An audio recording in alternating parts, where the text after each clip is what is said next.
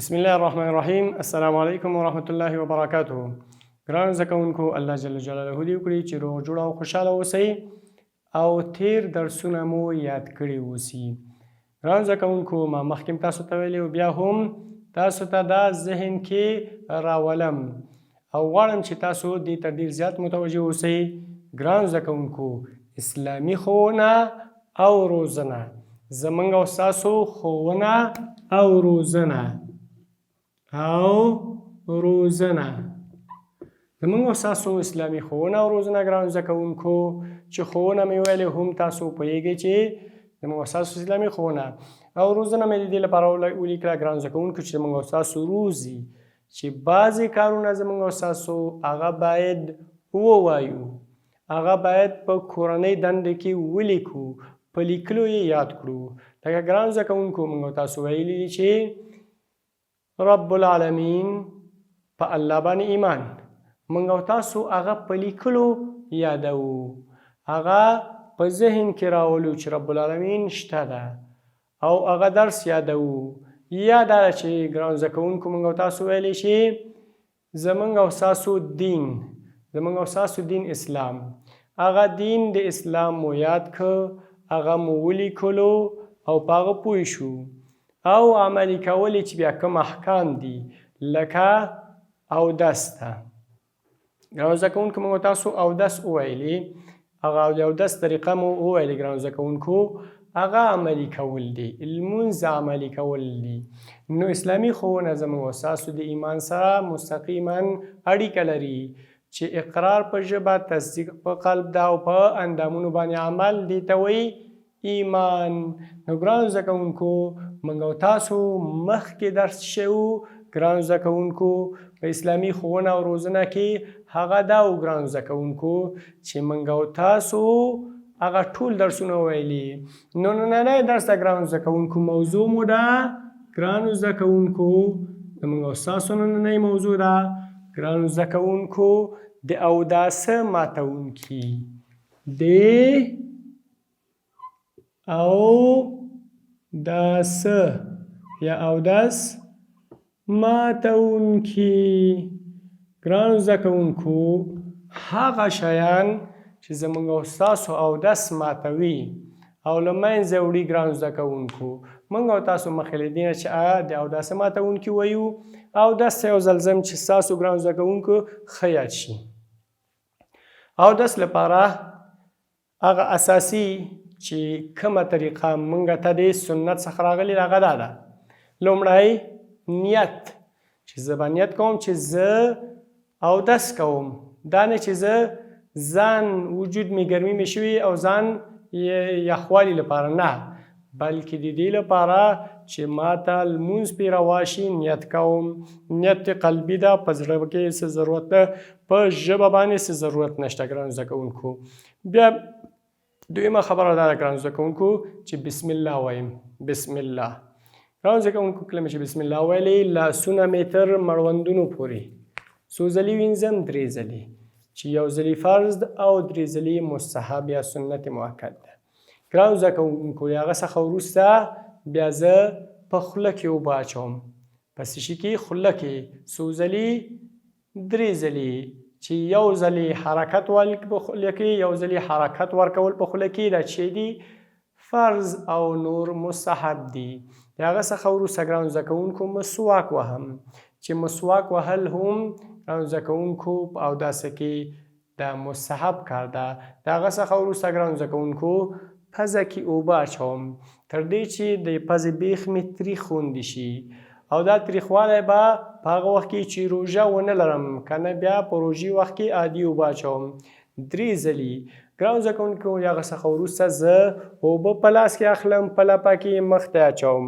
مخ ته مې چې واچولې ګرانو زده کوونکو، دا د ویښتانو د شنه کېدو نه تر زنې پورې، د غوږ یو نرمۍ نه تر بل نرمۍ پورې، چې دا 3 ځلې وینځل. څه شی دي؟ سنت. یو ځل وینځلې څه شی دي؟ فرض. لیکن په یاد مو اوسه چې سولول، دغه مخکې سولول ګرانو زده کوونکو دا پکې لازمي خبره ده.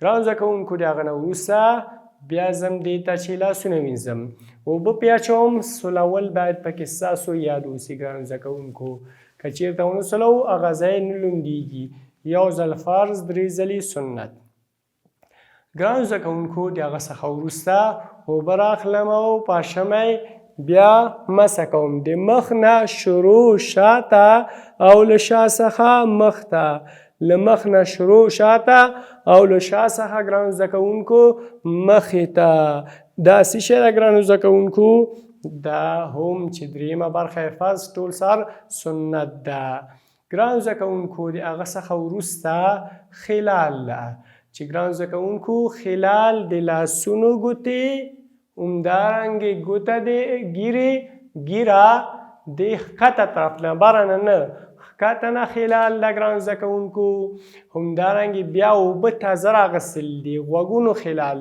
ګورئ داخل کې دا ګوته ده چې موږ او تاسو مسواکۍ ګوته ورته وایو داسې سلو په هر هغه ځای کې چې موږ او تاسو یې ګورو او دغه بهر د شاته د غوږونو په دا غټه ګوته باندې داسې سلو ګرانو زده کوونکو اما ګرانو زده کوونکو بعضې کسان د غاړې مسه کوي دا د غاړې مسه نشته ګرانو زده کوونکو د هغه څخه وروسته د خپې وینځل دي خپې کې هم د وړې ګوتې نه شروع ټوله خپه وینځو او د خپې ګوتې هم خلالوو ګرانو زده کوونکو په ابتدا کې مو بسم الله وه په وسط کې مو کلمه د شهادت ده او په اخر د اوداسو کې مو دا دعا وه چې اللهم اجعلني من التوابین واجعلني من المتطهرین ګرانو زده کوونکو اودس ماتوونکي شی دي اول هر شی چې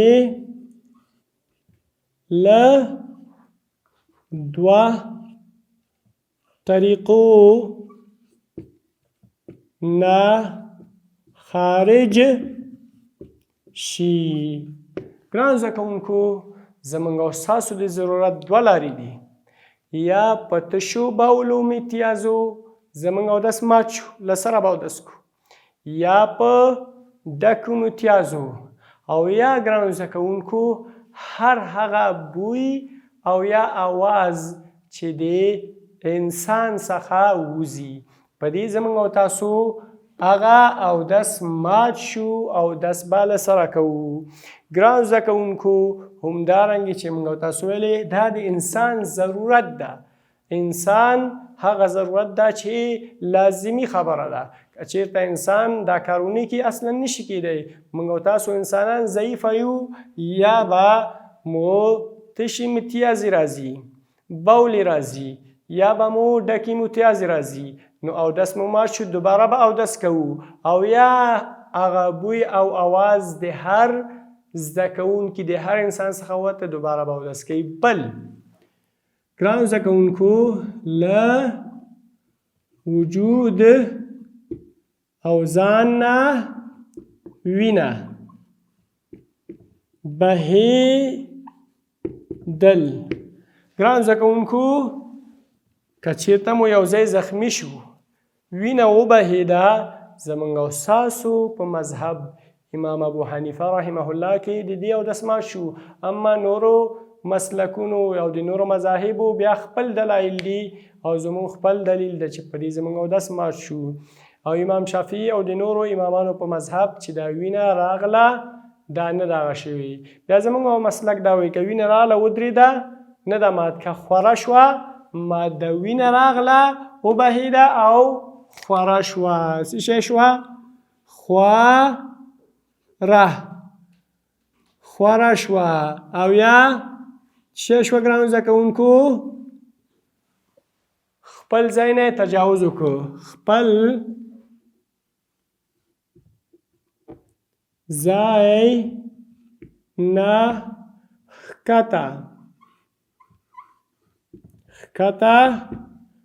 راغله نو بیا مو اودس ګرانو زده کوونکو چې شو مات شو همدارنګې ګرانو زده کوونکو که چېرته موږ او تاسو وګورو چې اودس کوو اودس په خوله کې مو اوبه واچولې او یا ګرانو زده کوونکو بغیر له دې نه چې موږ او تاسو خوله ډکه ده په دې حالت په ډکه خوله قی کولو باندې هم اودس ماتېږي. ډکه خوله قی سره هم ګرانو زده کوونکو اودس ماتېږي. خوله کې مو څه شی دي؟ خوله مو ډکه ده، قی مو وکړو ګرانو زده کوونکو، په دې باندې هم زموږ او ستاسو ګرانو زده کوونکو اودس مات شو.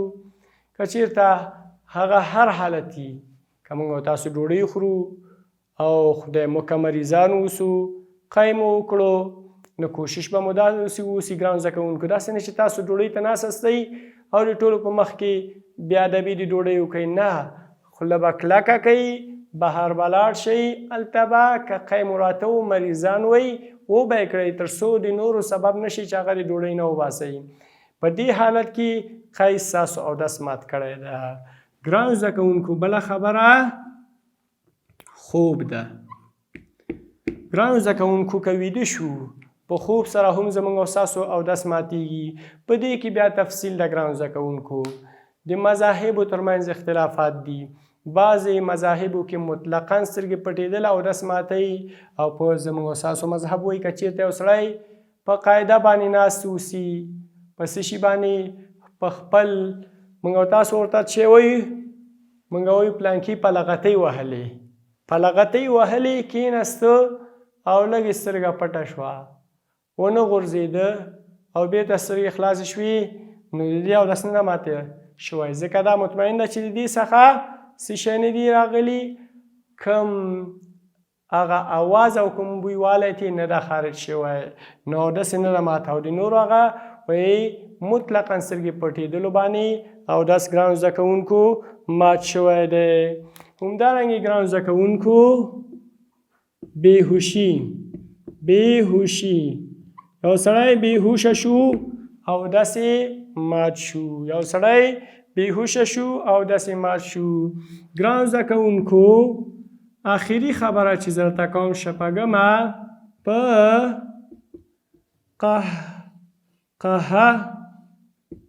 قهقه خندل. خو په قهقه خندل کوم ځای کې؟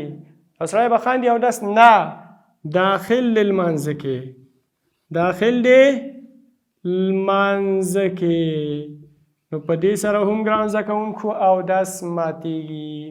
الله دې وکړي چې دا درس مو یاد کړی وي او دې ته مو خاص فکر هم اوسي ګرانو زده کوونکو، او په آخره کې مو په رب العالمین سپارم. الله مو حافظ او ناصر اوسه، ومن الله توفیق.